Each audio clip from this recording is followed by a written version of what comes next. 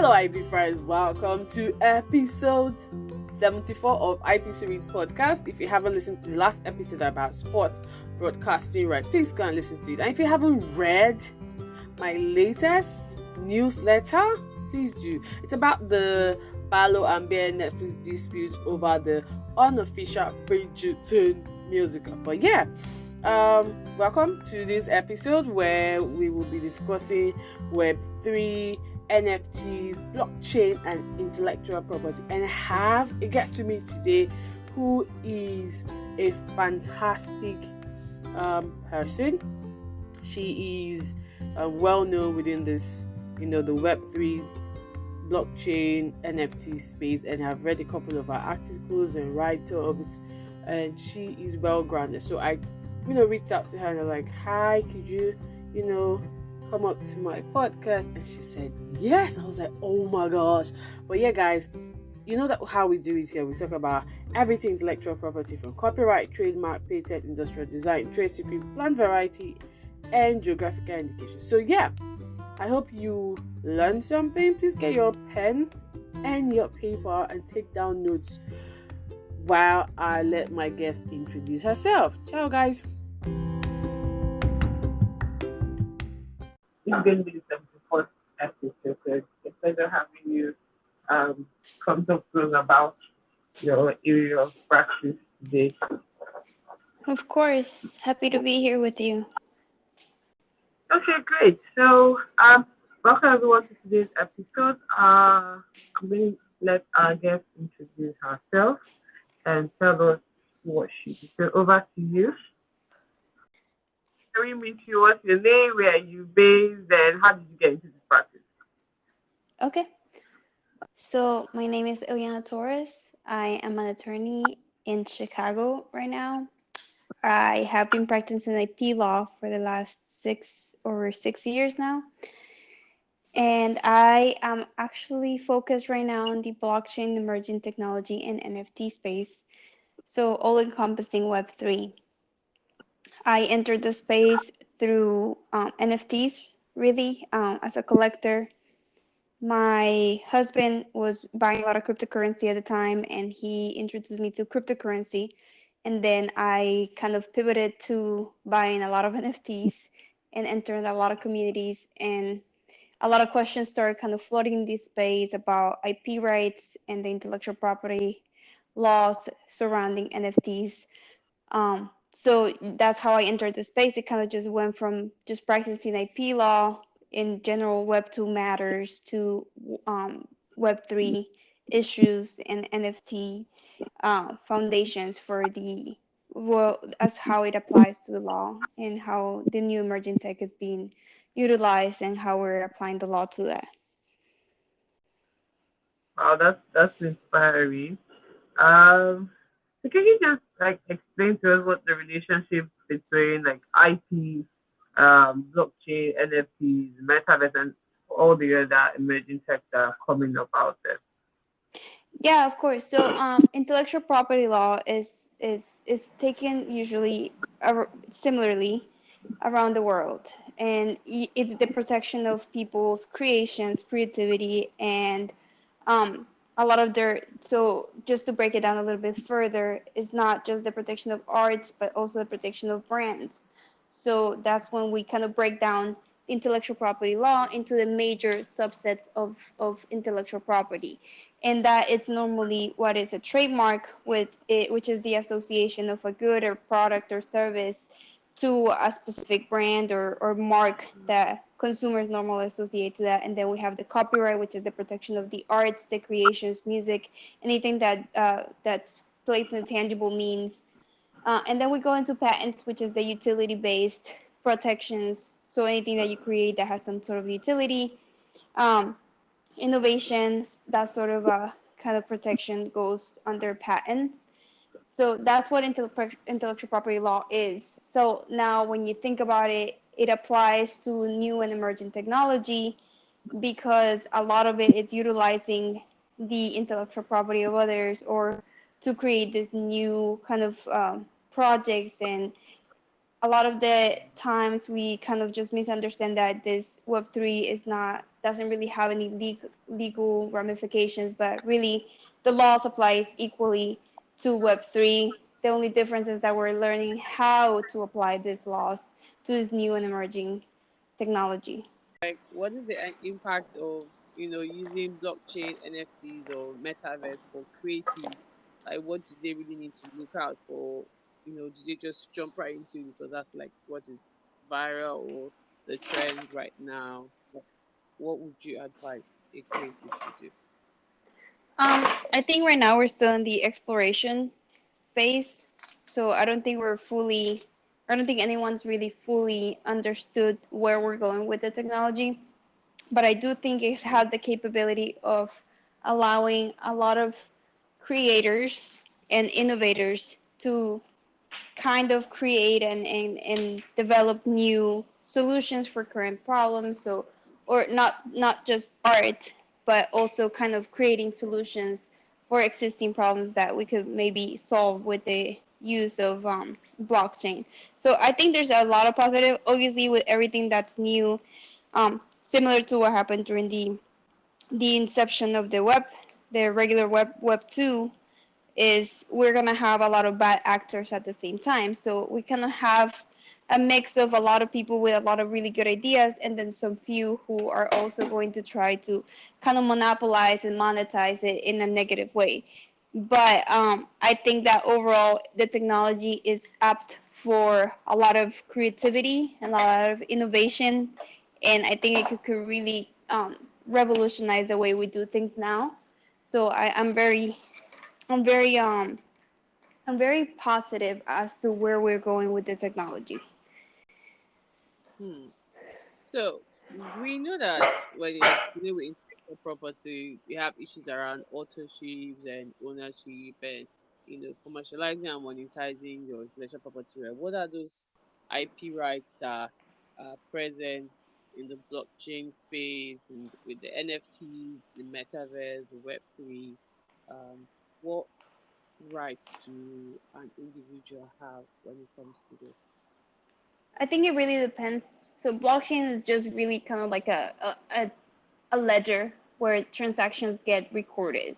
That's really in a very simple way kind of to explain. So it depends on what you're using the blockchain for and whether that's to create NFTs. So NFTs are really just smart contracts that using blockchain that are going to be recorded in that blockchain. So when you have it depends on what you're creating or what you're buying, depending on what angle you take it from.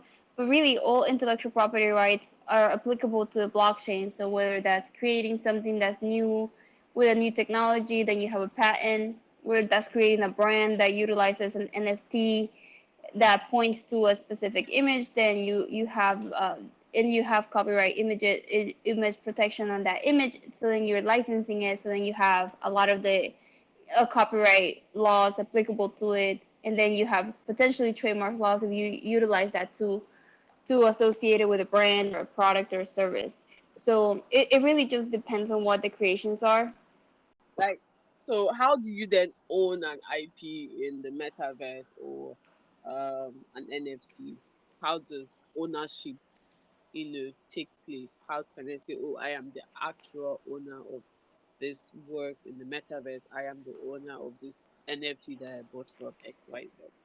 Well, it depends on what you mean by the metaverse. So if you're defining metaverse as a virtual reality world in which there's a lot of this, for example, like Sandbox or Decentraland, they have their own terms of use. You're basically entering a Web3 virtual reality embedded kind of reality space. Basically, it's kind of just like it's kind of like a third dimension of the Web 2, but really there's the same laws apply to that. So you have the platform that's Decentraland, they have terms of use.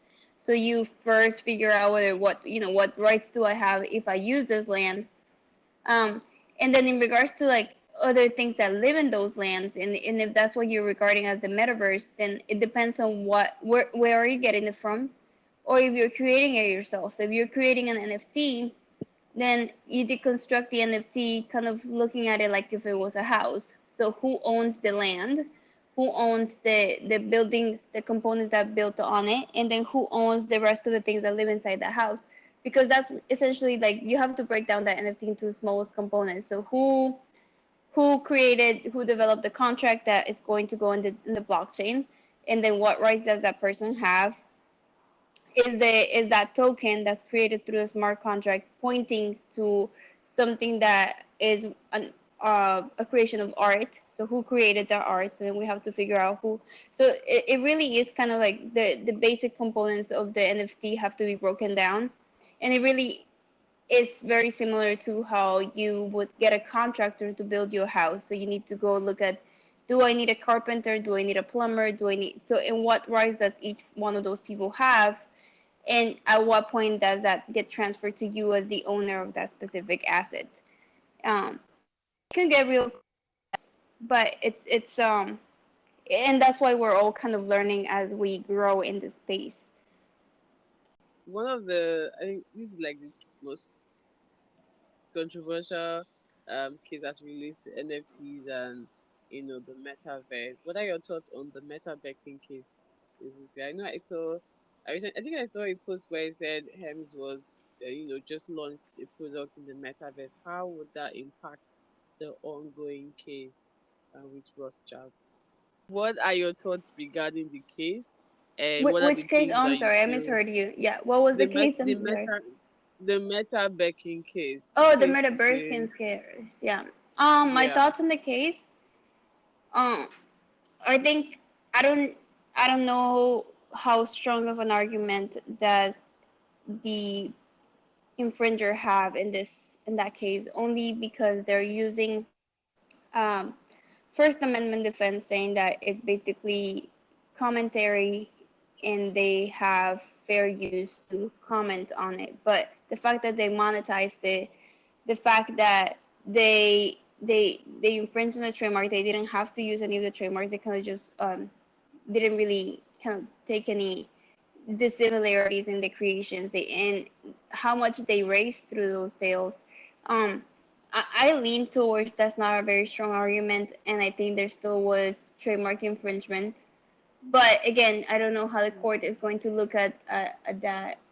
But Hermes actually just filed for trademarks themselves for the metaverse and metaverse products. So I don't think that.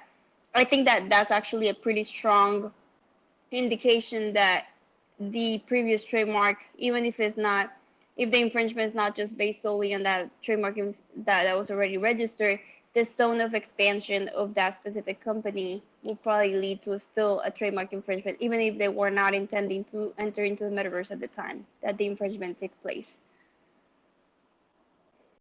Fantastic. So I like the fact that you talked about monetization. So I just wanted to find out from you, what would you say is the best monetization model for creatives or inventors looking to go into the metaverse or explore the NFT industry? Mm,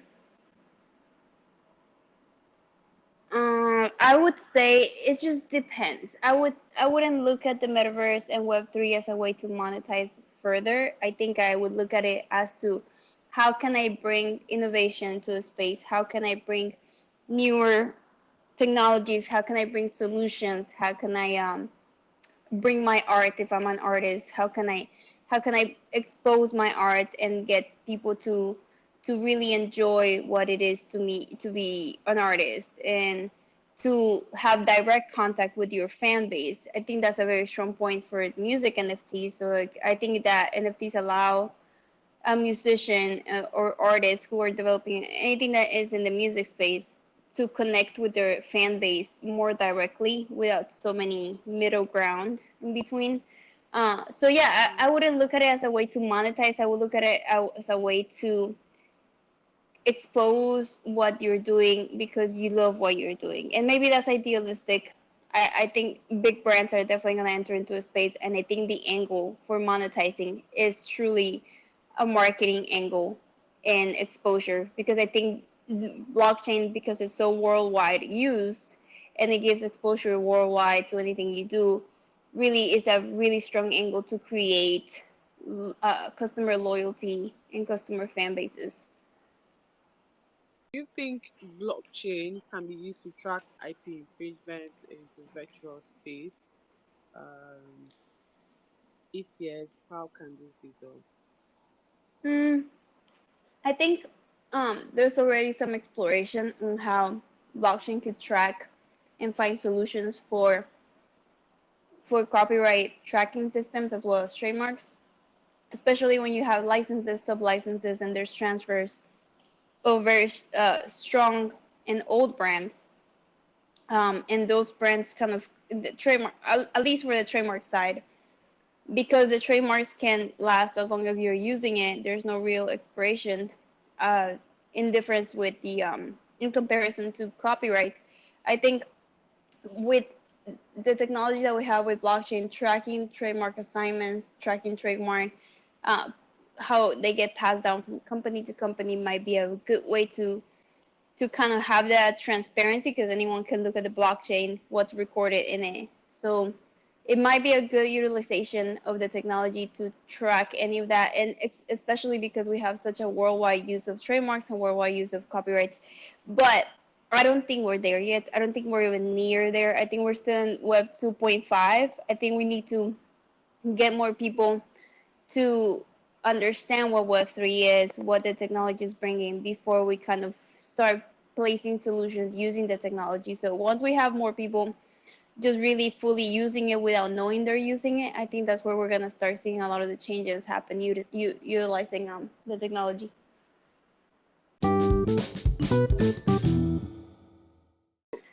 What would you say are the available IP mechanism for platform as service or a software as service product In regards to, so software in regards mechanisms to for, our conversation?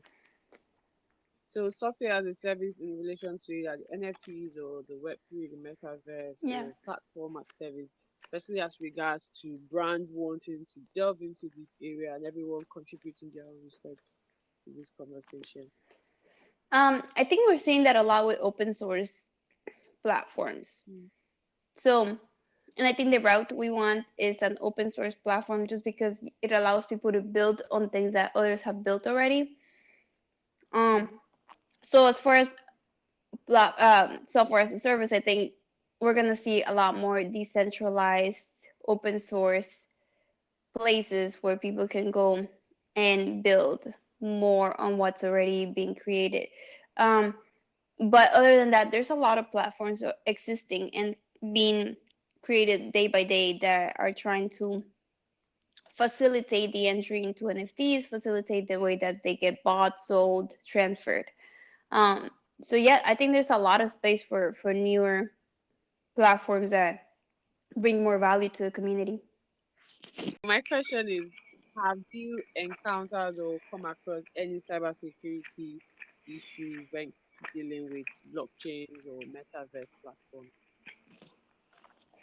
Not really issues, so just like legal issues or like.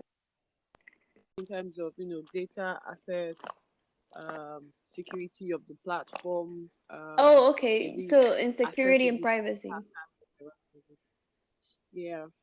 Um, I mean, I think for the most part, what's in the forefront of the space. So the news kind of covers all the hacks, for example. So a lot of the hacks that have happened that exposes some vulnerabilities that some blockchains may have that obviously may need to be worked out. But I honestly, I think we have those vulnerabilities now in Web 2 also. It's not native to Web 3. So I think the news are covering a lot of these vulnerabilities with blockchain a lot more because it's such a new area.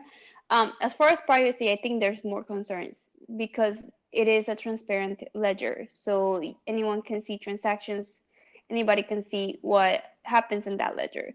Um, so I would say that that's more of a concern. I would think, and that we're gonna eventually gonna see a lot more privacy laws applied to how this blockchain gets spread in use as far as people more get on board and start using it.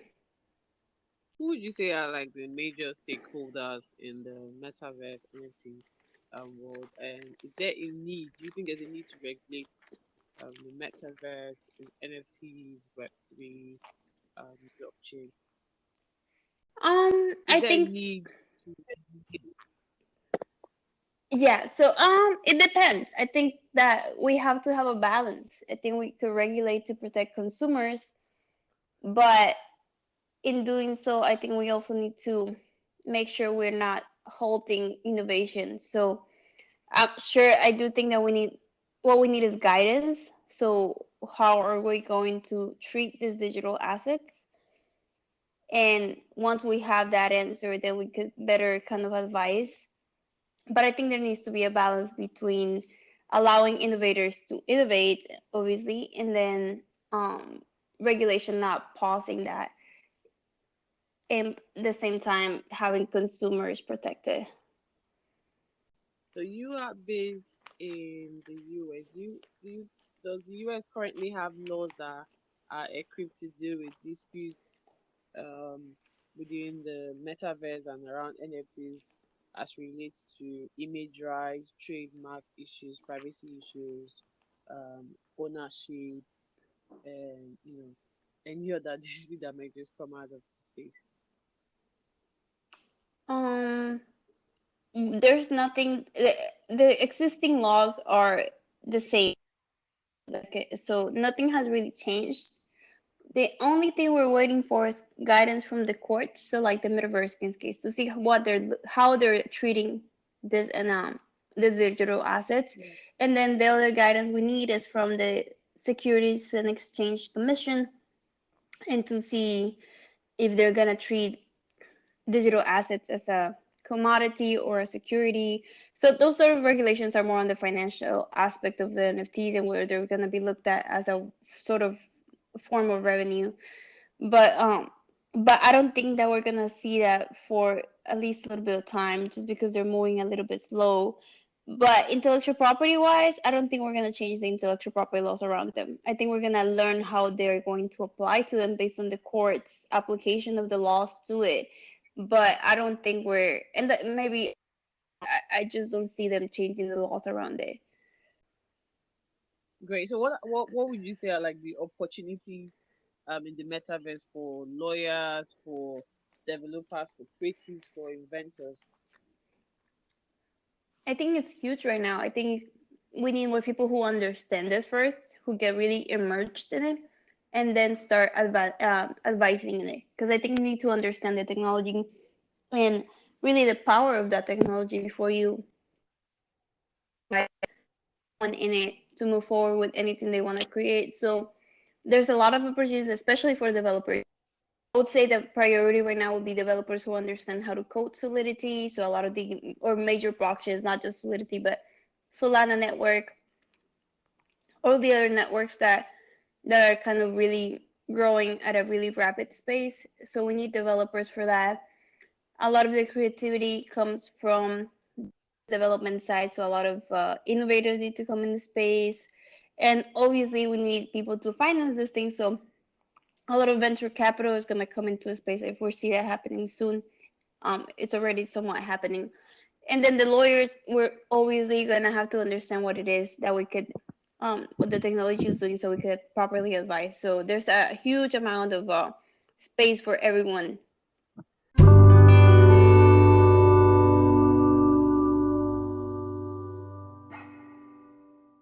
Great. So do you necessarily need to learn how to code to be part of this I'm sorry. revolution? Do you need to learn how to code to No, be you able don't. to, No, be part of the meta? not at all. But So it it's easy helps. But peasy then. So yeah. okay. So what are your views on, I know you mentioned about open source work, but what are your views on open source works, Creative Commons? Do we need to have like a policy or guidelines that anyone delving into this area will just, work with it, and then we avoid, disputes that may want to arise, IP related dispute or any other kind of dispute that may want to arise from this? Mm, I am going to say I don't have a very solid opinion yet because there's a lot of projects testing the waters on how they monetize their brands using a CCO Mm. license, and I don't know yet how that's going to turn out. So I have opinions. I don't love CCO licenses. I don't, but a lot of the people who are kind of exploring the ideas of what that would look like, they may have something that may actually work out. So I don't want to say something that then later on I change my mind on. But I would say that right now there's a few, how you structure a license really. I was asking what trends within the NFTs metaverse that you've seen this year that were not present last year. So I think the space is growing very rapidly, and the innovation is growing with it. So as far as opportunities that come with it, all kinds. I think you could be, and again, I think that it goes back to Web 2. Like, you need the same kind of structure. You need a marketing manager, you need a community developer, you need, so it doesn't really strive away from that as much. So I would say that there's all kinds of jobs and options for people who want to enter it from an employment perspective. And then from the perspective, anything that your mind can think of, you could possibly try to develop it using blockchain. Do you have any final words on this area as regards, NFTs, metaverse, blockchain IP? Final words from you, and then you tell us how we can reach you if we have further questions. Just anything Yeah. you have to share. Yeah, so I think that I wouldn't, just don't discount something that because it's new and it's scary. I think that we need to get in that position of curiosity and just learn all we can about the space, how it works, how it operates. Um, and we need to instill that curiosity into more people so that they can understand what they could create with the blockchain. So um, I love the space. I think that we're heading in a direction that this is gonna become mainstream. Maybe not as soon as we want it to, but it definitely will. And there's a lot of development happening as we speak, and I don't think that's going to be stopped anytime soon. So I would say that explore, ask questions, get immersed into a space, even if it's daunting and scary at first. There's so much more to learn, and then there's so much more that we could create. And nobody's an expert. None of us are experts. None of the lawyers working in the space are experts. There's really no expert in something so new. So the more you ask questions, the more you try to understand the way things operate, the more we can become experts. So eventually we will have experts, but not right now. But yeah, I love the space. I think that if anyone wants to get immersed in it, we have plenty of resources in the space that are often offered to anyone who wants to learn more. So feel free to reach out with questions or any kind of interest in this space, and I can connect you with people who are educating daily. Yeah, thank you. Your social media handle, how can we find you online? Where's the best place to catch you? Twitter or Instagram. I spend a lot of time on Twitter Spaces. So if you're not familiar with Twitter Spaces, they have live streams. So we do a lot of conversations live. And that will be the easiest way to kind of catch me and be able to ask me some questions. And my handle on Twitter is at Eliana, so Eliana, my first name underscore ESQ. And you can find me there and feel free to ask any questions. That's my same handle for Instagram. So if you want to reach out on Instagram, I could definitely respond to your DMs on Instagram as well. And anything else that you feel you have questions about, just email me. My email is also in my Instagram and my Twitter. So you could just click on the link and it takes you right to it. Fantastic. Thank you so much. I No had worries. Thank you. This was yeah, fun. I, yeah, this was fun, and yeah.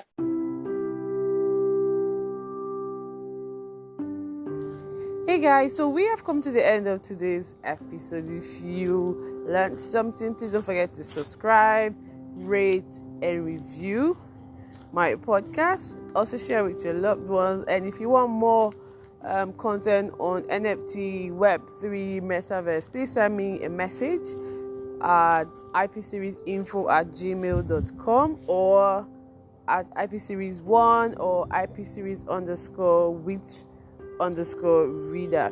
So yeah, thank you so much for listening and see you in the next episode. Bye.